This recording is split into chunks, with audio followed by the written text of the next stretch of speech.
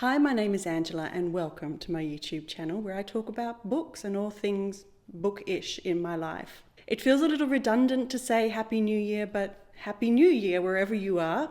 I'm in Perth, Western Australia, so we're coming towards the tail end of our summer at the moment, and I hope you enjoyed the glimpse into my summer holidays at the start of this video. Over Christmas and the New Year period, I had a couple of weeks off work and I actually decided to take a bit of a break from YouTube as well. I think it was about 6 weeks, but it felt longer, and a couple of you reached out to touch base and see if everything was okay. I was just busy, and as I'll share with you the things that I was getting up to. I am back, and as of today I should be posting regularly, which is a weekly basis, so I'm looking forward to getting into some book conversations with you all. I really missed you guys. So, what have I been up to? One of the highlights of my summer was most definitely getting over to Rodney Island a couple of times. It is an island just shy of 20 kilometres west of Perth. It's about a 45-minute ferry ride. And my husband and I had an invitation to stay with family on a boat that they have anchored up there over the summer. And I don't think I will do Rodney any other way. We've done this a few times now, and it is such a great way to enjoy the island. The island itself is really popular for day trips as well as people coming and staying for longer periods. The days were very simple: swimming in the crystal clear water to wake yourself up in the morning, reading, eating, watching my grandkids play in the water, and just rinsing and repeating and doing it all again the next day. I've also been on a bit of a crafting journey this summer, which definitely ate into my reading time, which I wasn't expecting. I just really felt the need to make things with my hands. It goes along with the ideas that I've been sharing around analoguing my life and really embracing analog hobbies, things that don't require a screen or a battery. And I definitely did that over the summer. There is something really satisfying about ending a season with something tangible, whether it's something I want to keep or I want to give away, or just for the fun of having made it. There's something really special about that. I actually made a couple of needlepoint bookmarks, which was a fun little project. I was in a craft store looking for something else, and I saw this needlepoint project, and a bit of a goal of mine is to maybe needlepoint a pillow or something really like a real botanical scene. But so these kind of turned out okay. They're still in a work in progress. I need to add a couple of tassels to them, but that was a fun thing to do while watching TV in the evening. I also finished a baby blanket, which I had started this idea about a year ago, and I finally sat down and finished it. It's my first time ever experimenting with pattern, and I'm really happy with it. My grandson is growing like a weed. He's just had his first birthday, so I don't know if he will end up with this or I'll try another one. So I have officially entered my knitting era. Another big part of my summer, the things that I got up to, was I spent a lot of time poring over a number of my favorite gardening books, looking for inspiration and ideas, because when I was doing my goal setting for the year, I have a few goals within our home and our garden in particular that I want to overhaul and refresh this year. So I spent a lot of time there making plans, just inspiration, thinking of what we could possibly do. So yes, a lot of these things kind of ate into my reading time, but I'm not mad about it because it felt productive and it felt right for what I wanted to do at the time. I absolutely did visit a few bookstores over Christmas and the New Year period, and I bought a few books that I probably had no business buying because my TBR is a little out of control. But January comes with such hope, and there is nothing more hopeful than a new book. So I did buy a few. And speaking of new books, my husband gifted this to me over Christmas, and it is the folio edition of The Song of Achilles by Madeline Miller. And it is beautiful. I just love it. There's some gorgeous illustrations in here. It's just really, really beautiful. I do have a folio edition of a couple of other books that I bought secondhand, but this is the first one I've gotten brand new just for me, and it is stunning. It kind of makes me want to pick it up and read it again, but I just reread it a few months ago. I am desperately hoping Madeline Miller's new book is coming out soon. I'm hoping in 2026, although I can't find any news about it. My understanding is it's about Persephone, and I think it's going to be fantastic. So I'm dying for a new Madeline Miller book. Summer is also prime jigsaw puzzle season for me. It might sound a little counterintuitive because I think a lot of people do jigsaws in the cooler months or on days when they can't get outside, but there are some days it's just too hot. So I would jump in the pool, come back out, come inside, sit down and do a little bit of a puzzle, and I really enjoy it. And I do love having one on the go on our dining table, so when we have visitors, anyone can kind of jump in and give it a go. I'm not exclusive about it. I don't mind who pitches in, but I did buy one particular jigsaw. I did two, but this is the first one I did. And I wanted to share it with you because it is The World of Virginia Woolf. It's an image of various places in London and around England, places that were key in Virginia Woolf's life. And there's just little vignettes throughout. And the really cool thing was that the enlarged image that is of the entire puzzle, on the back, it had little explanations of what each vignette meant in Virginia Woolf's life. So you got a little bit of a biography as you went through and did it. But it's a beautiful little puzzle. I really enjoyed it. It seems to be made by Lawrence King or the Orion Publishing Group, but I really enjoyed that. And I'll probably do it again in a couple of years because it was a hard puzzle. January has also been heavy on the goal setting for me, which is something I love to do in January every year. It's probably more of a combination of auditing as well as goal setting, and I'm very excited for the things I've got coming up this year, which includes some reading goals, which I will share with you later this month. But now let's get into the books that I read over my summer break, which was it was pretty much the books that I read in December and in January. We still have February to go, of course, which is still summer here. It is very, very hot at the moment, and I think we have some hot days to come. So I'm still hopeful that I'll get through a few more books on my summer TBR that I shared with you last year. And I do want to mention that just remember, if you want to keep up with what I'm reading in real time, join me on Storygraph. That's where I update daily on my reading, what I'm reading.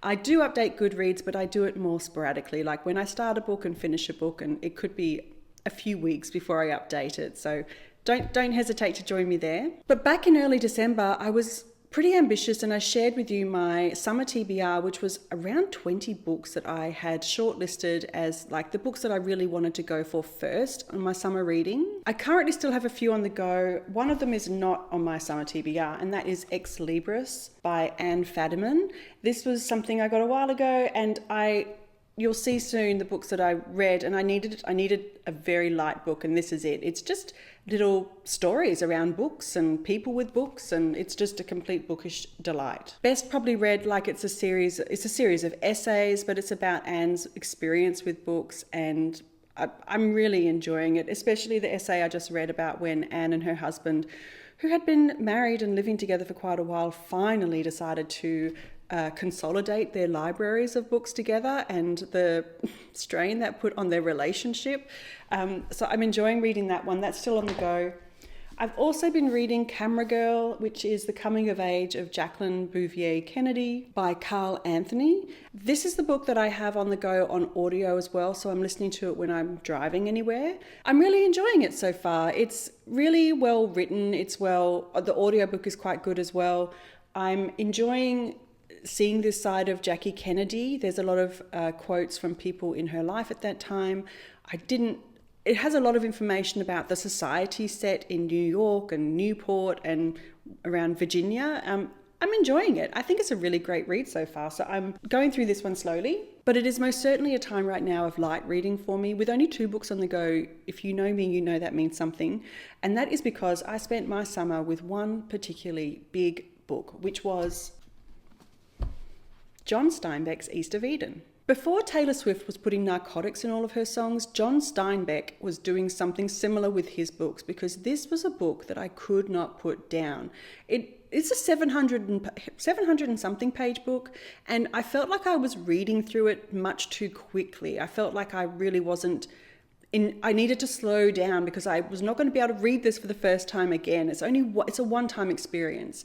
So I would try and read another book, and then as I was reading that book, all I could do was think, I wonder what is happening in the Salinas Valley. I just wanted to get back to it. So I just went with it, spent a lot of time in here, and I finished this book just a couple of weeks ago. If it looked like I spent my entire summer reading this book on a boat, you're correct. I did that, and it felt like I read it forever. It was only a month in all honesty, but it felt like a long time. I did go into it expecting something different to what I got. I thought that there might have been more of a conflict between the two families it references in the synopsis, which is the Hamiltons and the Trasks. But I got something very different, something I didn't expect. I really enjoyed the history of the two families, how they came to be the people they were in the location they were. Kathy became one of my favourite characters. I can see why she's in here as a antagonist, but I really enjoyed Kathy's stories. I enjoyed Abra and Lee. Lee in particular was wonderful. I really enjoyed his character and the balance that he gave to Adam. It was hard to find anything at fault in this book, but it was just such an experience. It is an epic, it is a journey, and I thoroughly enjoyed reading it. The characters are so well drawn, they are flawed, they are really human, and I do believe there's an element of autobiography in here from John Steinbeck. I only finished it recently. I still think I need a bit of time to really ruminate on the story, on the characters, on the themes. It's a big book with a lot of stuff going on, but I really enjoyed my time with it. Blue Sisters by Coco Mellors. I started reading this book when I was in New Zealand in October, and I stopped because it was a bit too contemporary for my vibe at the time. I wanted something a little bit different. I finished it in December, and for me this probably landed around a 3-star read. I didn't love it, but I didn't hate it, but I'm not rushing out to buy a new Coco Mellors book. It follows 4 sisters, one of whom died a year earlier. And then the remaining sisters are brought together. They're slightly estranged from each other as well as their parents. They are brought back together when they receive news from their parents that they are going to sell the home that the sisters grew up in and where the sister who passed away was living at the time that she died. I enjoyed the final quarter, maybe final third of the book, when the sisters were forced to be together, and that really brought out some interesting dynamics. But the first 2/3, 3/4 of the book, when the sisters were alone in their lives and you were getting to know them, was just getting a bit tedious. I felt like they were drawn a little bit stereotypically. I don't know. It's well written. There are some moments that were highlights for me, but overall it was a bit of a mid-read. Glad I finished it, got it done. I don't know. Maybe it's too contemporary. I don't read a lot of contemporary stuff, so that could be the reason. It could be me. And then The Gurnsey Literary and Potato Peel Pie Society by Mary Ann Schaefer and Annie Barrows was brilliant, absolutely brilliant. I seem to be developing a fondness for epistolary novels that are written in letter form. I loved 84 Charing Cross Road, and that was non-fiction, however, whereas this is fiction. I actually had planned to read The Correspondent over the summer, but I believe that is also epistolary, and I didn't want to read two so close together, so I'm going to read that a little bit later, which I know it sounds like it was the book of 2025. So many people loved it. But anyway, back to this one. I really enjoyed it. The book starts in 1946. World War II is over, and our main character, Juliet, has a little bit of success, having had some columns she wrote they've been formed into a book. And then one day she receives a letter from someone on the island of Gurnsey, which is in the British Isles, the British in the Channel Island near the French coast. And it's incredible that this person read a book and it had her name, possibly her address, and then they wrote her a letter. And this era, when people just wrote to each other, the same thing happened in Charing Cross Road, where two people started a correspondence and then someone else was like, well, I want to write to that person. And so then someone else started writing. And I find that fascinating, because could you imagine, well, I guess maybe it does happen today with people might jump on and DM someone, but could you imagine like sending something to someone's house that you've never met and starting a relationship via a letter? I find it fascinating. Anyway, this one letter from this person who is in the Gurnsey Literary and Potato Peel Pie Society writes to Juliet, and then she starts corresponding with them, other people within the society, people on the island, her editors, her friends, and she eventually goes to Gurnsey to meet these people, thinking there might be a story about this literary society. Gurnsey is an island that I think in the book it's described that a lot of people forgot about the island, I guess, in the sense that it was not part of Britain in its own proximity. It was separate from it, and it was occupied by Germans, and it was a really interesting take on this period. But I thoroughly enjoyed it. I love the wit, I love the writing, I love the characters. Even though it's written in letter form, it's just so well done. I really, really enjoyed it. It's just a fantastic book about friendship, about love, about books as well. Loved it. Another smallish book that I managed to demolish maybe before East of Eden, maybe midway through, was Double Indemnity by James M. Cain. This was my second Cain novel. It's about an insurance salesman, which is the book's written from his perspective, who's approached by the wife of a client who is asking for his advice on taking a life insurance policy out on her husband without him knowing about it. The insurance salesman, whose name is Walter, naturally he warns her that nothing good can come out of doing that, but they go ahead and do it anyway, and then they kill her husband. So we know from the synopsis that things are going to end badly, that they do this crime together. And about a third of the way into the book, I thought, is this where you've seen the trailer and you know the entire movie? Like, is there going to be anything in here that would be surprising? Am I just reading something that I kind of already know? And the answer is no. There's a lot that happens after that I was not expecting. The book is really well layered with some twists, some really sharp character work, and an escalating tension. I enjoyed it so much that I immediately bought another James M. Cain novel that I wanted to read, which is The Postman Always Rings Twice. I do have that, and I'm looking forward to reading that soon again.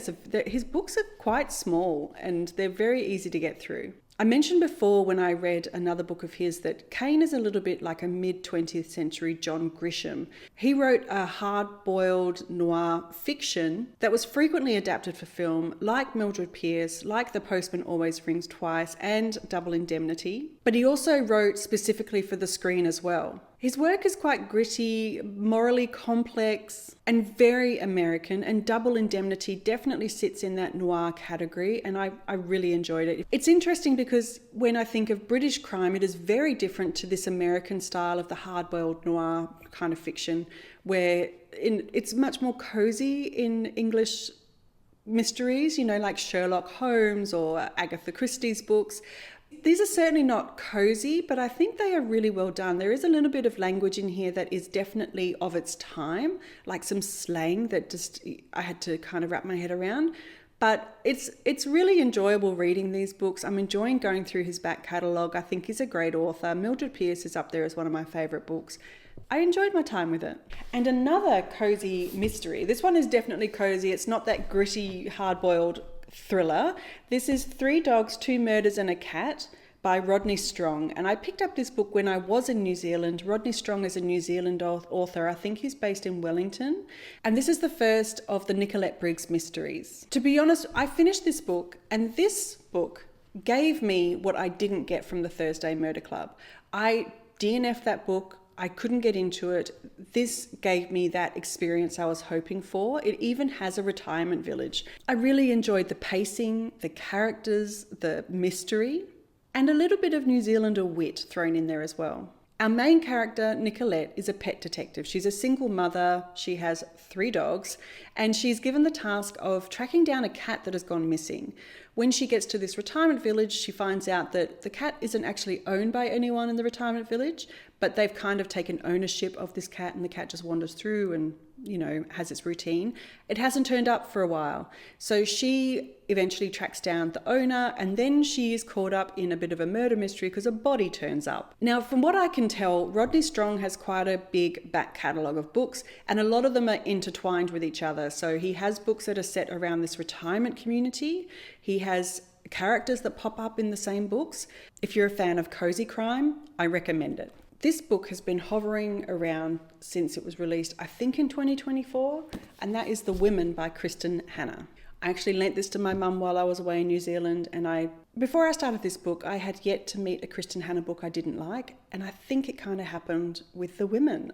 There are elements of The Women I enjoyed, but as an overall book, there was a lot of things that I didn't like. It may be my least favourite. It's not the worst. It's not a bad book, but it's not my favourite. The story follows a woman named Frankie who is 20 years old, and she enlists in the army in the middle of the Vietnam War. Her brother has already enlisted in the Navy, and she wants to do something for her country. So when she enlists, she's a nurse, and she goes to Vietnam for her first tour. The time Frankie was in Vietnam was so descriptive. I could smell it, I could feel it. I was there with her. It was so well written. However, when Frankie came home after her tours is when it kind of got a little bit tough for me. So a key theme of the book is that women were part of the Vietnam War. They did serve in the Vietnam War, but they didn't serve in a way that men did on the front line. And so they were dismissed as not having seen the tragedies, the trauma, those things that have affected people's lives forever. And when Frankie returns from Vietnam, she is understandably traumatized from everything she's seen and how life has just gone on in America, and how she is just really dismissed as not having had the same experience as other vets. My gripe with this was I feel like almost Hannah did like a bit of a brainstorm. What kind of things go bad after you've been in a war? What things might go wrong? You know, you might develop a drug addiction. You might become estranged from your family because they don't understand what happened. Anyway, I think it feels like instead of choosing 2 or 3 of these things to happen, she chose all of them to happen as Frankie hits rock bottom. And there was something else in this book, another couple of plot things that I think was just too far. I am going to share it with you now because it was something that made this, I think it might have been the thing that really made me put this book down as not one of my favorite ones of Kristin Hannah. So I'm going to put a little timestamp at the bottom of this right now. And if you do not want to hear what I'm going to say, please skip to that point where I'm no longer talking about it. I think the biggest problem I had was that there wasn't just one person who came back from the dead, but there were 2 people who came back from the dead. And it just felt a little like it was a bit of a cheat. It didn't feel right to me that happened twice to Frankie. That said, this book did make me very nostalgic for TV shows like MASH and China Beach and Tour of Duty, which I do remember watching as I was growing up. This did lead me down a path of watching a lot of war documentaries in my evenings while I was doing my knitting, which is not a bad thing because I really found a few that were very eye-opening, very interesting. And I think in today's climate, it's important for us to look back at history and see what happened, because if we don't continue to look back, we're not going to see those mistakes and stop repeating them. So I'm glad I read it. I enjoyed the experience mostly, but I felt like there was a few things in this book that were just too far-fetched, and it took away from the book for me. So anyway, I read it, I did it. I hope they do a TV show because the scenes in Vietnam will be amazing. And the last book that I read over my summer, so I've got 1, 2, 3, 4, 5, 6, 7. 7 books over 2 months is not too bad, especially when one of them was 700 pages. But I read The Talented Mr. Ripley by Patricia Highsmith. One of my all-time favourite films is The Talented Mr. Ripley, the Matt Damon, Jude Law, Gwyneth Paltrow, Philip Seymour Hoffman version. That is everything about it I love. And I picked up this book as a bit of a break. I took a week break from East of Eden to read something else, and this is what I picked up, and I'm glad I did it. I found it as a real perfect palate cleanser.